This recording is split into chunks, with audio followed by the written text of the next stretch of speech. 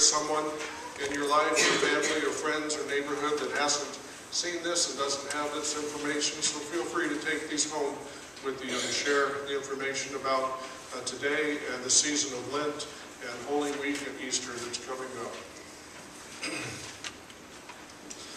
Today we conclude this sermon series in which we've been exploring how the holy happens in our lives.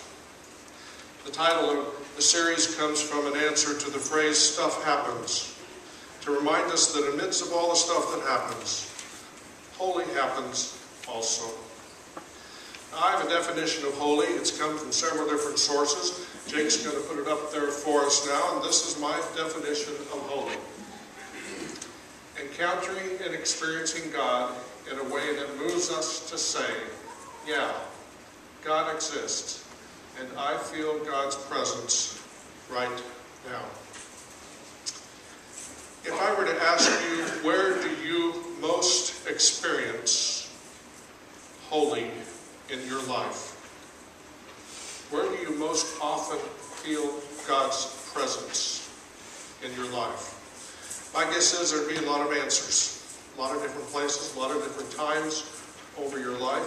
Some of them spontaneous surprises to you that you didn't know that you would feel God's presence at a particular time or moment. Some of them planned. You've put yourself in a place where the expectation is that you will experience in some way holy and God's presence in your life. We've explored a couple of those over the past 2 weeks. A couple weeks ago we looked at the sacraments of communion and baptism as places that are designed for us to experience through that sacrament the very presence of God in our lives.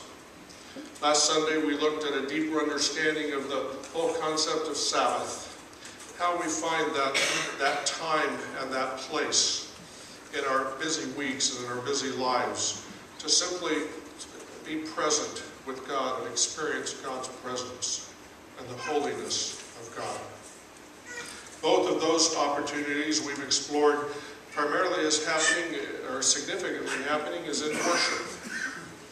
Both the sacraments and Sabbath. That it is in the Spirit-led and Spirit-filled and regular worship that we share in as a community of faith that we are most connected with God's presence and holiness in our lives. Today we're going to turn to some very rich imagery and symbolism of mountains and valleys in our quest to better understand how God connects with us and how we experience the holy in our lives. Now, throughout history, nature or the natural world has always been a significant channel or catalyst to a deeper relationship with God. We can all think back to those times when we saw that one particular beautiful sunset, or when we were on that mountain top, or where we were in that place and we looked at something that was a part of God's creation and we said, yeah, God exists and I feel God's presence right now. The Bible is full of stories and experiences that use the natural world to help us understand our relationship to God, in trees and the sky, rivers and ocean, animals, the very earth itself from which we come from. And yes, mountains and valleys too. And a lot of these stories are fairly dramatic, and they use very poetic language and very memorable language. Today's verse from Psalms that Joan read is part of a psalm that is very memorable. My guess is that almost every one of us here this morning could quote a part, at least, of Psalm 23, if not most of Psalm 23.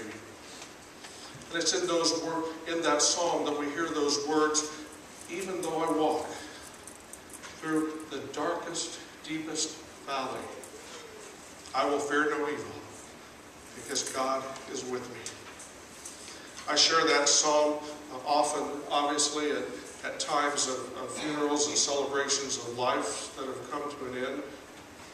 And as I read those words, and as we hear those words, and as we travel through those dark valleys, they are words that bring us hope and comfort in the midst of some of the darkest times and the deepest valleys of our lives. Now, likewise, when we read the words in Luke about God taking the seemingly inscalable or impossible mountains that we face in life, or the valleys in which we travel through, we think, will we ever be able to climb out of this valley? And somehow God takes those and makes them more smooth. And we have hope. We read that verse from Luke often at Christmas because we hear the words, prepare the way of the Lord. We read them often at Christmas, but the salvation that Luke talks about is not just a salvation at Christmas time. And it's not just a salvation from having to climb mountains or go through the valleys of life. Those we have to do. The salvation comes in that those mountains and those valleys will not get the best of us. They will not knock us down forever. And then there's the story about the event that we celebrate today. A rather dramatic story of Jesus with two of his disciples on this mountain. And the words in Mark say that it didn't just occur on a mountain, it occurred on a very high mountain. It's just one of a number of stories in the Old Testament and the New Testament that involve lessons or messages that come from mountains. Now I want to take a moment to clarify the symbolism of valleys and mountains for a moment. Valleys are pretty easy to understand. Valleys, the basic definition as far as when we use them symbolically is valleys are the low times in our life. They're the things we have to travel through that are not particularly fun or enjoyable or happy. Valleys are the times that the yo-yo is down there on the floor. Mountains are a little more complex in their symbolism, because mountains can be a challenge to us that we have to face and try to climb up and try to maybe even climb over. We remember the famous words from The Sound of Music when the head nun tells the younger nun what she says. She says, climb every mountain, forge every sea. So we can see mountains as something that we've got to face, we've got to get over and climb. But mountains also can be a really great experience in life, because we talk about that mountaintop experience that we have. Maybe it's after we climb the mountain that we get to the mountaintop experience, or maybe we're just planted all of a sudden on that mountaintop and we have that mountaintop experience. Whichever way we take it, whichever way we look at valleys and mountains, we know in our lives that we can go from valley to mountain in a matter of minutes. We know that with the phone call that comes, we know that with the doctor's voice, with the diagnosis that comes, we know that in the midst of the most mountaintop experience in our life, that within the next even hour, we can find ourselves in the deepest valley of life. That's the way life is. That's what happened to the disciples that Jesus took up on the mountain.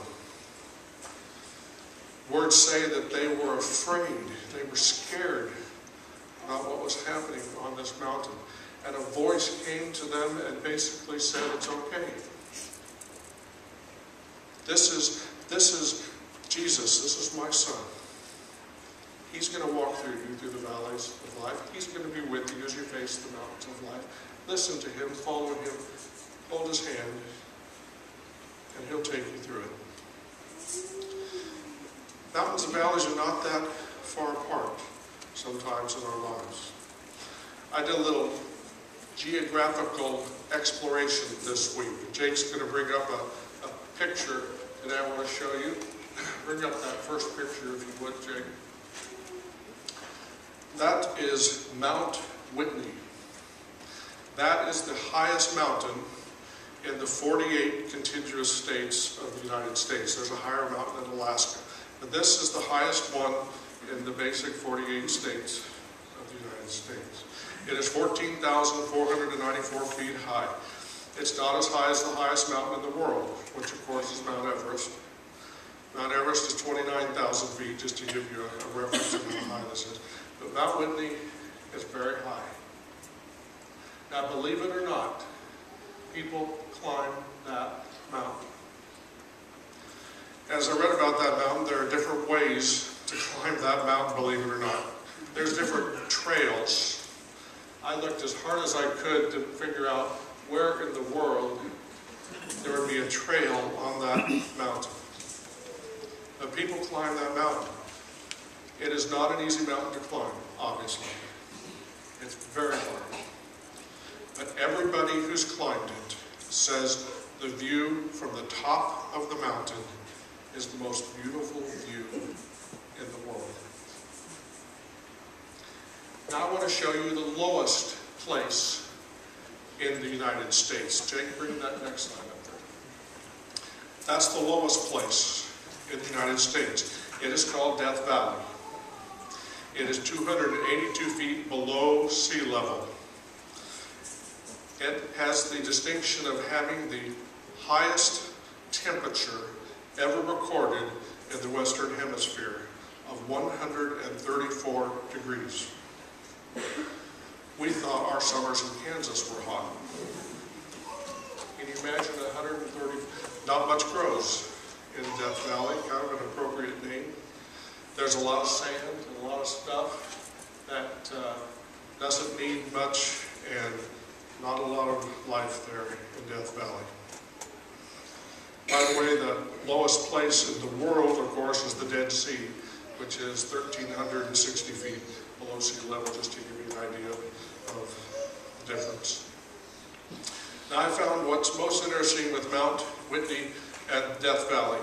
For some reason, in my mind, I think about the highest place in the United States and the lowest place, that they're probably going to be pretty far apart. The highest place is going to be way over here somewhere, and the lowest place is going to be way over here somewhere. You know how far apart the highest and the lowest place in the United States is?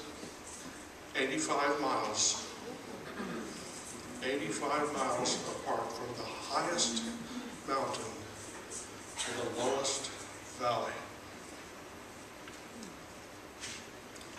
The Gospel of Luke says, as you face the mountains and as the valleys come and as they sometimes come close together, what God provides is a balance, a steadiness, a constancy in the midst of it, and that God will hold us in the midst of that. Like the yo-yo that I shared this morning, it is God's hand that holds us and never lets go of us. We are connected. And when the time is right, we are raised back up. Raised back up to the hand that holds us. Now that raising is the Easter Sunday message, by the way. And it's going to be the Easter Sunday message in 7 weeks. That raising up. That message that nothing stays down. In 7 weeks, we're going to celebrate that message once again. But first, we have to travel to the Valley of Lent. And there's a lot of talk about Lent, and there's fairly dramatic talk about the chaos of Lent. And Lent is the time that we look at the rough edges of our lives, and the parts of our lives that we really need to look at and say, boy, we can do better. And God help us do better.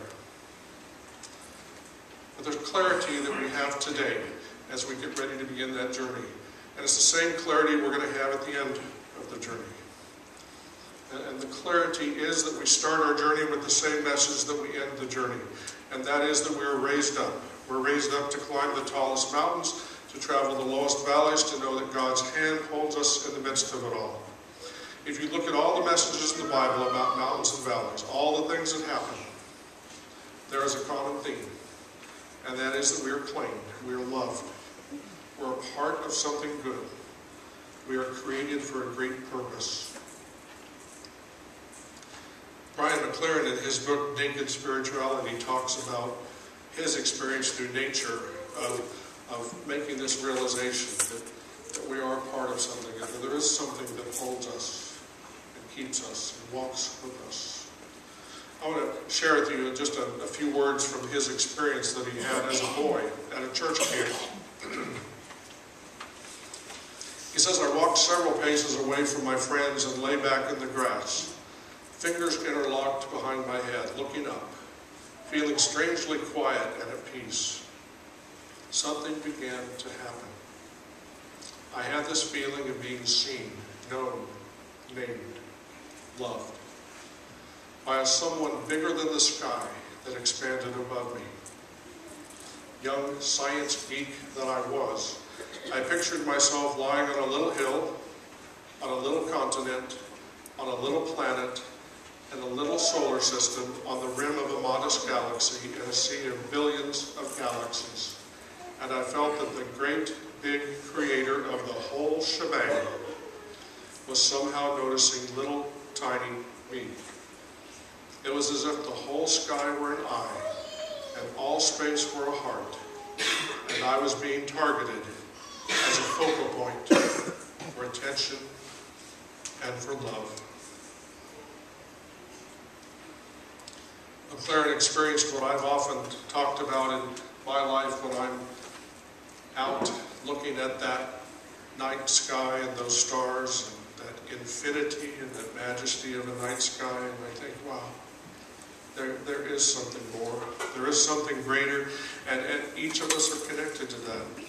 And each of us are connected to each other because of that. And often the best way that God cares for us is through those who love us and care for us, and those we love and care for. That's how the connection, that's how the string on the yo-yo is physical. That God says, I give you each other. Take care of each other. Love each other. Raise each other up.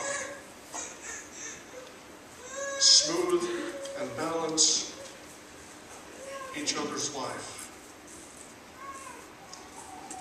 There's a song that talks about that. Cameron Magoo sang it, I think, about a year or two ago up here.